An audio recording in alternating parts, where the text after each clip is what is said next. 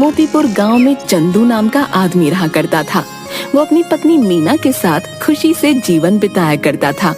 एक बार जब धान की रोपाई चल रही थी, सभी तैयार होकर खेतों की तरफ जाने लगे।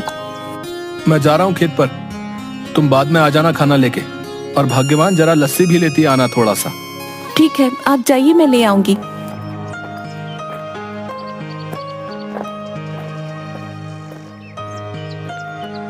चंदू खेत में पहुंचता है, थोड़ी देर काम करता है, तभी खेतों की मेड़ों पर दो आदमी चल रहे होते हैं।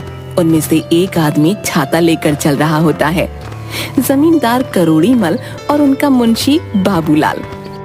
साहब, यह है चंदू, सुना है इसकी फसल बहुत अच्छी निकलती है। इस बार 8 बोरी चावल के लिए इसे बोल देते हैं। करीब है, 2 पैसा कमा लेगा तो दुआ ही देगा। ठीक है बाबूलाल, जाके इसे बता दो। जी मालिक। अरे ओ चंदू, सुन तो। क्या बात है बाबूलाल भाई? जमींदार साहब तुझसे मिलना चाहते हैं। मुझसे मिलना चाहते हैं? क्यों? अरे वो तेरी फसल खरीदना चाहते हैं, जा जल्दी जा। जी जमींदार साहब। आओ चंदू आओ, सुना है तुम्हारी फसल बहुत अच्छी होती है। क्या इस बार की फसल तुम हमें बेचना चाहोगे? बाजार के दाम से अच्छा दाम दे दूंगा। ये तो हमारे लिए खुशी की बात है साहब। तो फिर ठीक है, जिस दिन फसल ठीक से तैयार हो जाएगी हमें बता देना, हम आदमियों को भिजवा देंगे। तुम्हारी फसल काटने में वो सब तुम्हारी मदद करेंगे और तुम्हारे घर पर पैसे भिजवा देंगे। उसके बाद जमींदार चला जाता है।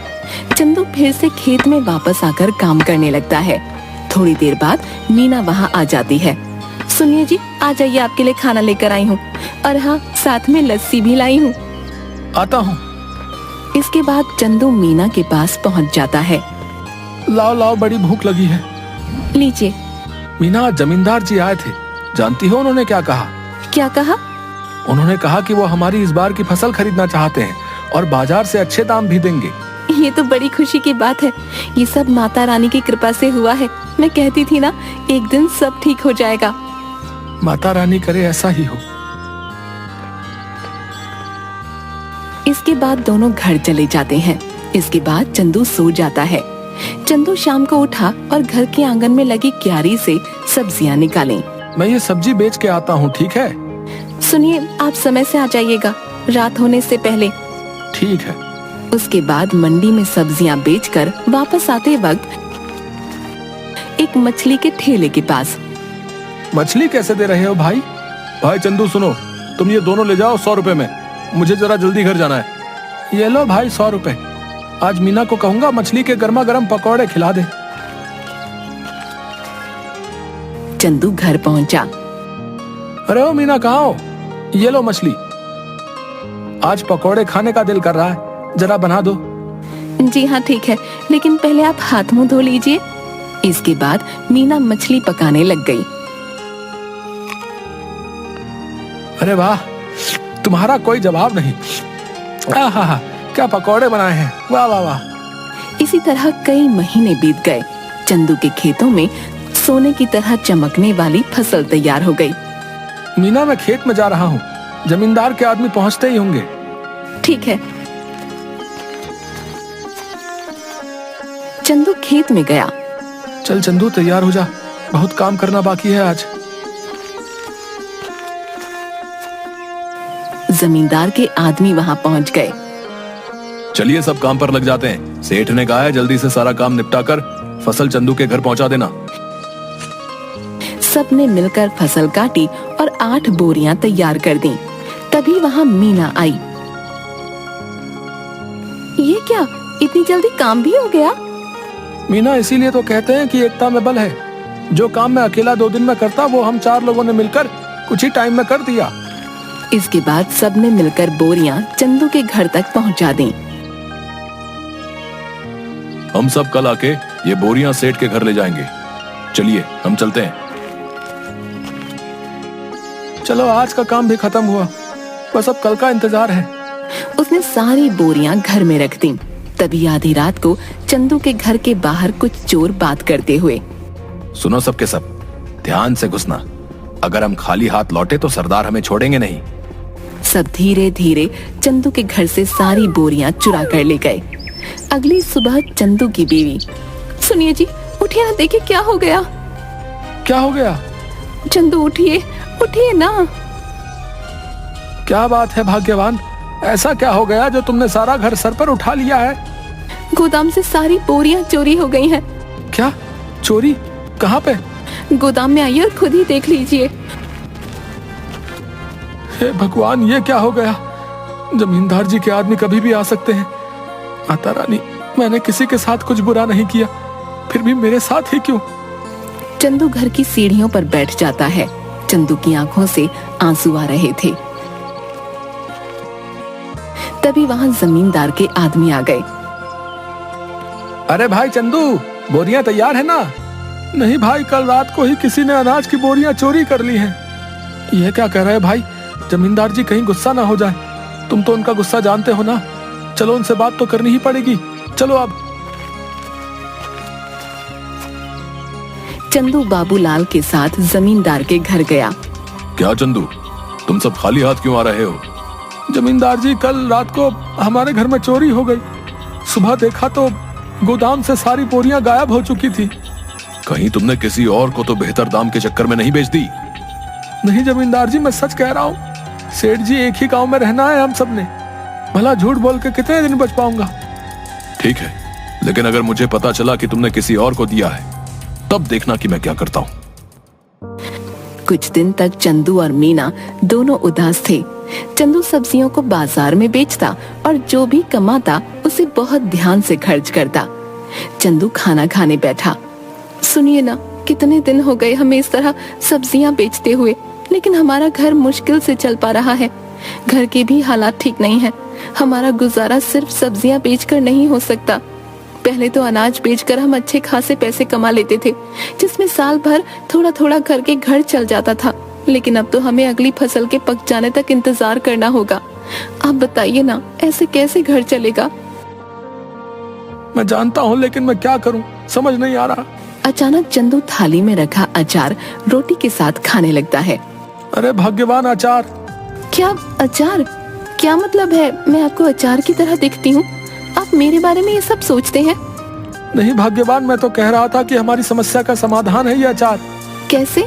मेरी बात सुनो ध्यान से। तुम अचार बनाना और मैं अचार लोगों के घर जाके बेचूंगा। पहले हम लोगों को अचार का स्वाद चखाएंगे, उन्हें पसंद आया तो वो खरीद लेंगे। अगर पसंद नहीं आया तो? अरे कैसे नहीं आएगा? मेरी मीना ने जो बनाया है, अंग्रेजी में क्या कहते हैं, फंटास्टिक अचार बनाती हो तुम। है आपने अंग्रेजी कब सीखी? तुम मुझे कम मत समझो। What are you doing? I am very well. देखा? आप तो बड़ी अच्छी अंग्रेजी बोल लेते हैं। दोनों हंसने लगते हैं। इसके बाद मीना अचार बनाने लगी और मीना ने अचार डिब्बों में पैक कर दिया और चंदू चल पड़ा साइकिल लेके। चंदू एक घर पर जाकर रुका। घर पे कोई है भाई? अरे चंदू भैया, आप यहाँ कैसे? ये क्या ले आए? अचार बेचने का काम शुरू किया है, इसीलिए घर घर जाके बेच रहा हूँ। अचार खरीदना चाहेंगी? जरूर, जरा चखाना तो भैया। औरत ने अचार चखा तो उसे बड़ा पसंद आया। भैया ऐसा करो, 1 किलो दे दो। कितना हुआ? 150 रुपए में। ठीक है भैया, अभी पैसे लेकर आती हूँ। चलता हूँ बहन। ऐसे करते करते चंदू दूसरे घर गया। रमेश भैया घर पे हो? अरे चंदू, तू कैसा है भाई? और कैसा चल रहा है सब? उस चोरी के बारे में सुनकर बहुत बुरा लगा यार जान के। जाने दो भाई, क्या कर सकते हैं। अच्छा ये बताओ, अचार खरीदते हो बाहर से? हाँ, क्यों? मैंने अचार बनाना शुरू किया है। क्या बात है, जरा चखाओ तो। चंदू ने उसे थोड़ा सा चखने को दिया। अरे वाह, किसने बनाया? मीना ने। भाभी को कहना बहुत अच्छा अचार बनाती हैं, बड़ा ही कमाल का। बताओ भाई, खरीदोगे? हाँ भाई, क्यों नहीं, दूसरों से भी तो खरीदता ही हूँ, इससे अच्छा तुमसे ना खरीद लूं। ये बताओ कितने में बेच रहे हो? 150 रुपए किलो। ठीक है भाई, 2 किलो दे दो। चंदू ने पैक करके दे दिया। धीरे धीरे उसका सारा अचार बिक गया। चंदू घर पहुंचा। मीना, आप आ गए? कैसा गया आज का दिन? किसी ने खरीदा कुछ अचार? कुछ तो नहीं खरीदा किसी ने। मैंने कहा था ना, मेरा अचार इतना भी खास नहीं है। आपका विचार ही गलत था इसे बेचने का। पूरी बात तो सुन लो, लोगों ने कुछ नहीं सब कुछ खरीद लिया। देखो जाकर टोकरी में। मीना टोकरी के पास गई। उसने देखा कि टोकरी तो खाली है, यानी कि सारा का सारा अचार बिक गया। मीना बहुत खुश हुई। अब बस तुम ऐसे ही बनाते रहो और मैं घर घर जाकर बेचता रहूंगा। मैं कहती हूँ ना, आप ऐसा करिए, पास के गांव में भी बेचना शुरू करिए। क्या पता वहाँ के लोगों को थोड़ा बहुत पसंद आ जाए। अब हम जितनी जगह जाकर बेचेंगे उतना ही तो हमारा फायदा होगा ना। कल से आप थोड़ा और अधिक अचार लेकर जाना और दूर दूर के गांव तक भी जाना। ठीक कहा तुमने, मैं ऐसा ही करूंगा। कल से तुम ज्यादा से ज्यादा अचार बनाना शुरू करना। आप 1 हफ्ते रुक जाइए। 1 हफ्ते में बहुत सारा अचार बनाकर तैयार कर दूंगी। उसके बाद आप बेचना शुरू कर देना, क्योंकि अचार पकने में भी तो समय लगता है ना। ठीक है, तब तक मैं सब्जियां बेच दिया करूंगा। इससे हमारा घर भी चलेगा और हमें नुकसान भी नहीं होगा। इसके बाद मीना अचार बनाना शुरू कर देती है और कुछ दिनों तक चंदू बाजार में सब्जियां बेचता है। कुछ दिनों में अचार तैयार हो जाता है और चंदू भी बेचना शुरू कर देता है। इस बार चंदू दूर के गांव में जाता है और अचार बेचना शुरू कर देता है। अब धीरे धीरे करके मीना का बनाया हुआ अचार सभी जगह लोकप्रिय हो जाता है। इसके बाद चंदू एक दुकान भी खोल लेता है। अब जो भी ग्राहक आता उसकी दुकान पर ही जाता। एक दिन वहाँ से गुजरते हुए जमींदार जी की नजर चंदू की दुकान पर पड़ी। क्या बात है चंदू, तुम्हारी तो दुकान चल पड़ी। जरा अचार तो चखाना। सुना है तुम्हारी दुकान का अचार सभी को बहुत पसंद आ रहा है। ये तो सबका प्यार है जमींदार साहब। ये लीजिए, आप इसे चख लीजिए।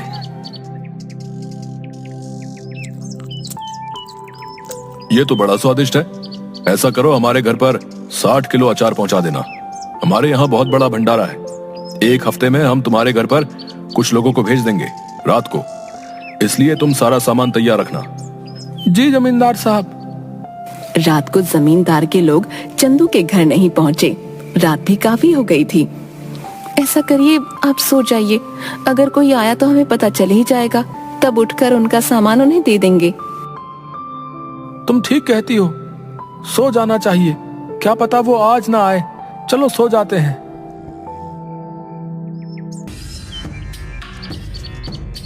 अगले दिन जब चंदू और मीना उठे तो घर में फिर से चोरी हो चुकी थी। इस बार चोरी अचार की हुई थी। सुनिए, घर में फिर से चोरी हो गई है। किसी ने इस बार हमारा रखा हुआ अचार चुरा लिया। चंदू उठा और जाकर अचार जहाँ रखा था वहाँ देखने लगा। मैं जमींदार साहब को बता कर आता हूँ। उन्हें कहीं और से पता चलेगा तो कहीं वो गुस्सा ना हो जाए। ठीक है, आप संभाल लेना सब कुछ इस बार।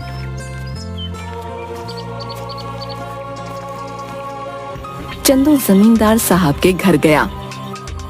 जमींदार साहब, इस बार फिर से आपके लिए जो हमने अचार तैयार किया था वो चोरी हो गया। ये हमेशा मेरे साथ ही क्यों हो रहा है? मैं तुमसे कुछ भी मंगाता हूँ और वो तुम्हारे घर में चोरी हो जाता है। मुझे लगता है तुम मुझे अपना सामान बेचना ही नहीं चाहते। ठीक है, मैं भी नहीं खरीदूंगा आज के बाद तुम्हारा कोई सामान। जाओ। ऐसी बात नहीं है जमींदार साहब, अब खुद ही सोचिए, मैं आपसे दुश्मनी क्यों मोल लूंगा। आप चिंता मत करिए, मैं आपके लिए दोबारा से 60 किलो का अचार तैयार करता हूँ। ठीक है, अगर इस बार कुछ हुआ तब देख लेना। चंदू अपने घर गया और सोचने लगा कि अब इस चोर को कैसे रोके।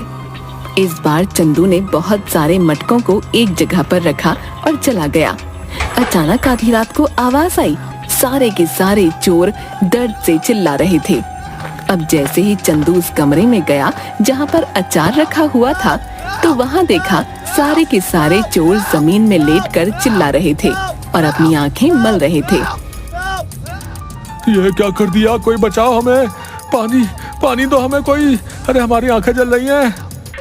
अब आया ना मजा? मेरे घर में जैसे तुम्हें आदत ही पड़ गई है चोरी करने की। क्या मजा आता है तुम्हें ये करके? है इतना दिमाग चोरी में लगाते हो, कुछ और कर लेते ना, अभी तो चैन से अपनी जिंदगी बिता रहे होते।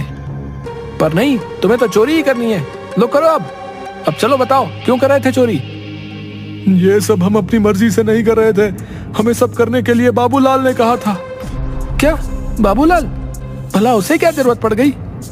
ये तो मुझे नहीं पता, आप हमें माफ कर दीजिए, अब पुलिस को मत बुलाना बस। ठीक है, नहीं बुलाऊंगा, पर मेरी एक शर्त है, अगर गांव में तुमने दोबारा कभी चोरी की तो मैं बाबूलाल की मदद लेकर तुम्हें पुलिस के हवाले कर दूंगा। ऐसी नौबत नहीं आएगी चंदू भाई, हमें माफ कर दो। इसके बाद चोर चले गए। अगले दिन चंदू जमींदार साहब के घर गया। उसने जमींदार साहब को सारी बातें बता दी। जमींदार साहब, ये बाबूलाल ही है जिसने आज तक हमारे घर में चोरियां करवाई हैं। तुम कैसे कह सकते हो कि सारी चोरियां बाबूलाल ने ही कराई हैं? क्योंकि कल मैंने खाली मटके गोदाम में रखवाए थे और दरवाजे के ऊपर मिर्च की थाली रखवा दी थी। जैसे ही उन्होंने दरवाजा खोला, उनके ऊपर लाल मिर्च गिर गई और उन सबकी आंखों में जलन होने लगी और वो चिल्लाकर पानी मांगने लगे। बस मुझे पता चल गया, मैं उनके पास गया तो उन्होंने तोते की तरह सब उगल दिया। इस बाबूलाल को पकड़ लो और पुलिस को फोन करो। तभी सेठ के आदमी बाबूलाल को पकड़ कर लाते हैं। मुझे माफ कर दीजिए जमींदार साहब, कुछ कीजिए, भला मैं इतने सालों से आपके यहाँ काम पे हूँ, कुछ रहम करिए। मुझसे क्या माफी मांग रहे हो? गलत तो तुमने चंदू के साथ किया है, उससे माफी मांगो जाओ। मुझे माफ कर दो चंदू, मैं आज के बाद कभी ये सब नहीं करूंगा। लालच में मुझसे बहुत बड़ी गलती हो गई। गलती तो तुमसे हुई है, लेकिन तुम्हें छोड़ देना मेरे बस में नहीं। आज तुम्हें छोड़ दूंगा तो कल कोई और चोरी कर लेगा। उनके पास एक सबक जाना चाहिए कि जैसा करोगे वैसा भरोगे, इसलिए मुझसे किसी चीज की उम्मीद मत रखो। तभी तो पुलिस वाले आकर बाबूलाल को गिरफ्तार करके ले जाते हैं। भाइयों, अचार ले आओ। बहुत सारे आदमी अचार के भरे मटके ले आए। ये लीजिए जमींदार साहब, इस बार आपके घर में हमारा सामान आखिरकार पहुंच ही गया। ये लो तुम्हारे पैसे चंदू। तुम सच में ईमानदार और मेहनती किसान हो, हमें तुम पर नाज है। आपका बहुत शुक्रिया सेठ जी। चलिए अब मैं चलता हूँ।